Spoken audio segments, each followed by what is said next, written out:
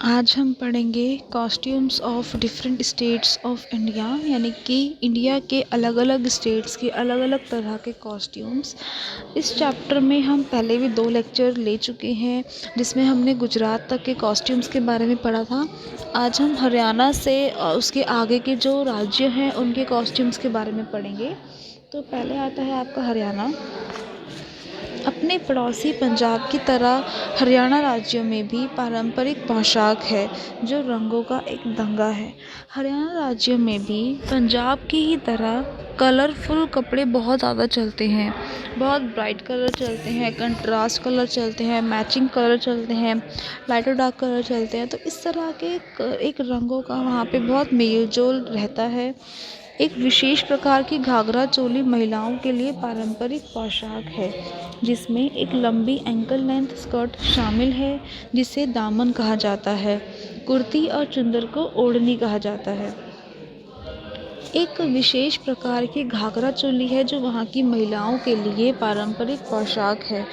उस घाघरा चोली का जो घाघरा होता है, यानी कि जो स्कर्ट होती है, वो एंकल लेंथ होती है। एंकल लेंथ का मतलब है आपकी एड़ी तक की लेंथ। तो स्कर्ट की जो लंबाई है वो एड़ी तक होती है, उसको दामन कहते हैं। और उसी के साथ में एक कुर्ती और चुंदर होती है। चुंदर यानी कि ओढ़नी, चुन्नी जिसको आप लोग नॉर्मल लैंग्वेजेस में चुन्नी कहते हैं। चुंदर रंग और चमकदार लेस में विभाजित होती है। जो उनकी चुनरी होती है बहुत ही कलरफुल मतलब बहुत ब्राइट कलर में होती है, और साथ में उसके लेस लगी हुई होती है, बहुत चमकीली, बहुत सुंदर। और इसीलिए उनके पहनावे का सबसे नाटकीय हिस्सा, यानी कि सबसे ज़्यादा ड्रामेटिक हिस्सा जो है वो उनकी चुनरी है, कि वो कितनी क्रिएटिव हो सकती है, कितनी सुंदर हो सकती है। जबकि मतलब चुनरी में वो लोग अपने बहुत एक्सपेरिमेंट्स करते हैं। जबकि दामन समान रूप से जीवंत और आकर्षक है। जबकि जो उनका दामन होता है, यानी कि जो उनकी स्कर्ट है, जो घाघरा है, वो जनरली ही वो बहुत लाइवली कलर, बहुत जीवंत कलर का होता है और बहुत अट्रैक्टिव होता है, यानी कि बहुत ब्राइट कलर का होता है और बहुत अट्रैक्टिव होता है। हरियाणा में पुरुष आम तौर पर सभी सफ़ेद धोती कुर्ता पहनावा पहनते हैं, जिसमें पारंपरिक हेडगियर जिसे पगड़ी कहा जाता है और सामान्य रूप से पारंपरिक फुटवियर कहा जाता है। हरियाणा के जो पुरुष हैं उनका भी जो पारंपरिक परिधान है वो सफ़ेद धोती कुर्ता है, और उस धोती कुर्ते की सफ़ेदी पर उनका स्टेटस डिपेंड करता है। पीला धोती कुर्ता वो लोग मतलब जैसे सफ़ेद रंग धीरे धीरे पीला हो जाता था, वो लोग उनके यहाँ वो चीज़ें उनके यहाँ पे नहीं चलती, वो लोग पहनते ही नहीं हैं। उनकी धोती कुर्ता कितना सफ़ेद है इस बात पे उनका स्टेटस भी डिपेंड करता है। और साथ में वो लोग पगड़ी पहनते हैं जो उनका पारंपरिक हेडगियर है, और उसी के साथ में उनकी एक तरह की पारंपरिक फुटवेयर भी है। परंपरा पुरुषों के लिए एक स्टेटस सिंबल के रूप में पोशाक की सफ़ेदी तय करती है, जबकि महिलाएं अपने घाघरा में खुद को शोपीस के रूप में कई काम करती हैं। जैसे कि हम पहले मैं आपको बता चुकी हूँ कि पुरुषों का स्टेटस सिंबल उनकी धोती कुर्ती के सफ़ेदी पर डिपेंड करता है, और उसी के साथ में जो महिलाएं हैं वो रूटीन में घाघरा चोली ही पहनती हैं। उसी में एक तरह से शोपीस की तरह वो लोग खड़े रहते हैं, लेकिन उसी में ही वो अपने घर के बाहर के सारे काम करते हैं, उसी घाघरा चोली में। नेक्स्ट है आपका हिमाचल प्रदेश। हिमाचल प्रदेश के पहाड़ी राज्य की सर्द जलवायु में उन्हीं कपड़ों की आवश्यकता होती है। हम सभी को पता है कि हिमाचल प्रदेश जो है वो एक पहाड़ी राज्य है। पहाड़ी राज्य होने की वजह से वहाँ की जो जलवायु है, यानी कि वहाँ की जो हवा है, वो बहुत सर्द है, बहुत ठंडी है। इसीलिए वहाँ पे ऊनी कपड़ों की ज़्यादा आवश्यकता होती है। पुरुष धोती या चूड़ीदार पजामा के साथ मोटे कुर्ते पहनते हैं और ठेठ हिमाचली टोपी जिसे पगड़ी कहा जाता है।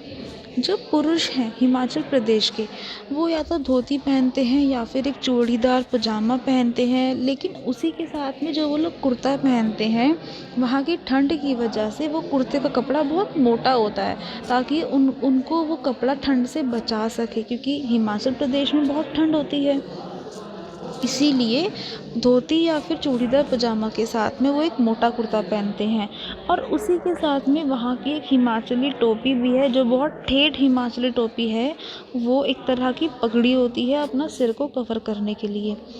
दूसरी ओर हिमाचली महिलाएं स्कार्फ और शॉल के साथ कुर्ते राहिदे और घाघरा लहंगा चोली स्कार्फ और शॉल के साथ। और वहीं जो हिमाचली महिलाएं हैं वो लोग घाघरा कुर्ता पहनते हैं, घाघरा लहंगा चोली पहनते हैं। लेकिन इस तरह के अलग अलग कॉम्बिनेशंस वो लोग पहनते हैं, लेकिन उन्हीं के साथ में वो स्कार्फ या शॉल ज़रूर पहनते हैं, क्योंकि वहाँ की ठंड की वजह से स्कार्फ या शॉल उनके पारंपरिक परिधान में शामिल है। राहिदे सोने की परिधि के साथ सिर स्कार्फ है जो ठंड से बचाने के लिए काम करते हैं।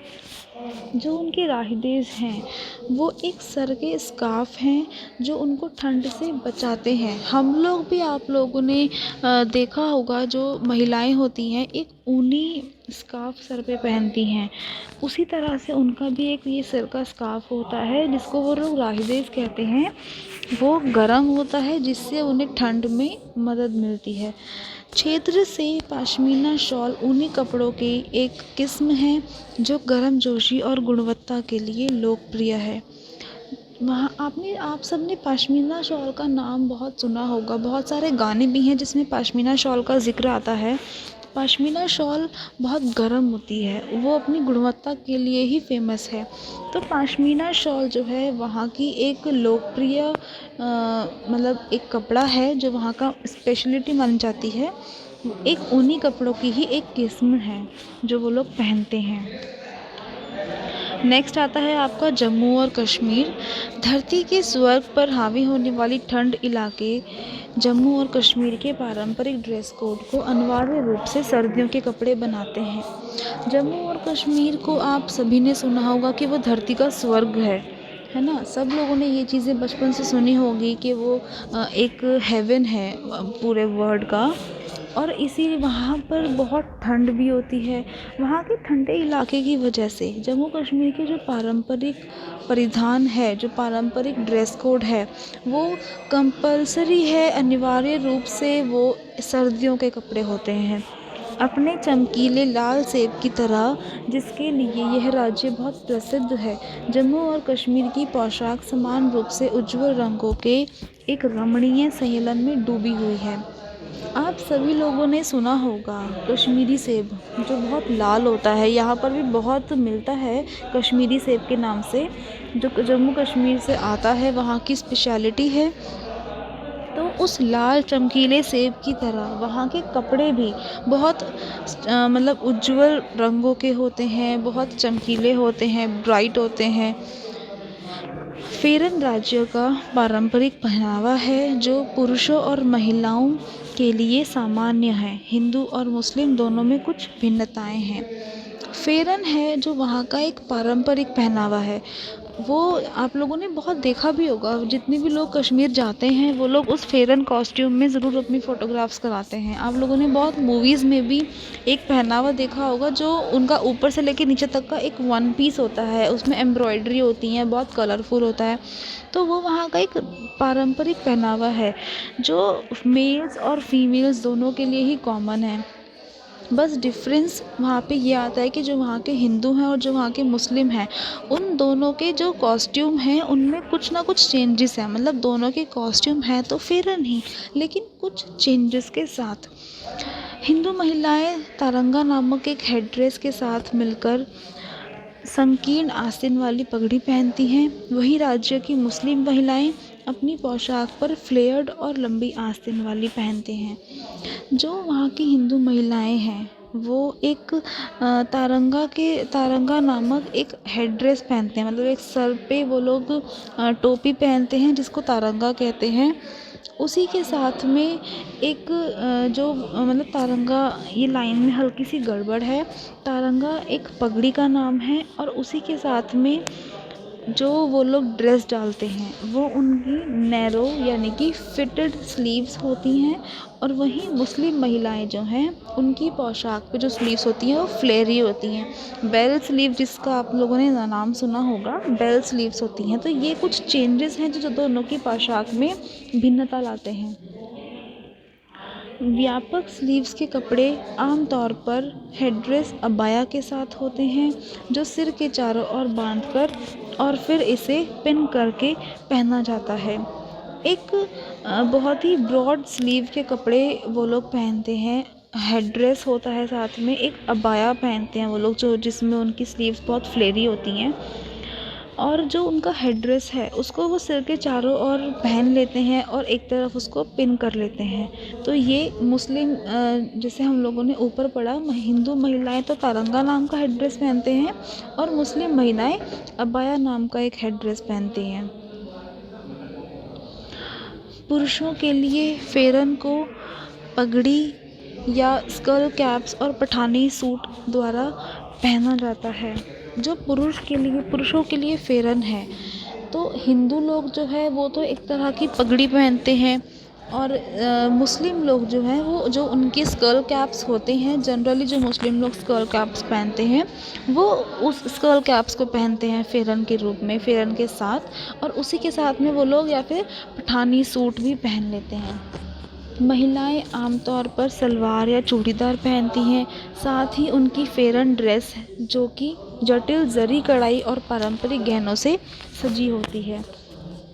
जो महिलाएं हैं वो जनरली फेरन के नीचे सलवार सूट या चूड़ीदार पहनती हैं, और उसी के साथ में जो वो लोग फेरन डालते हैं, फेरन के ऊपर बहुत बारीक कढ़ाई होती है जरी की, और उसी के साथ में वो लोग अपने पारंपरिक गहने पहनते हैं।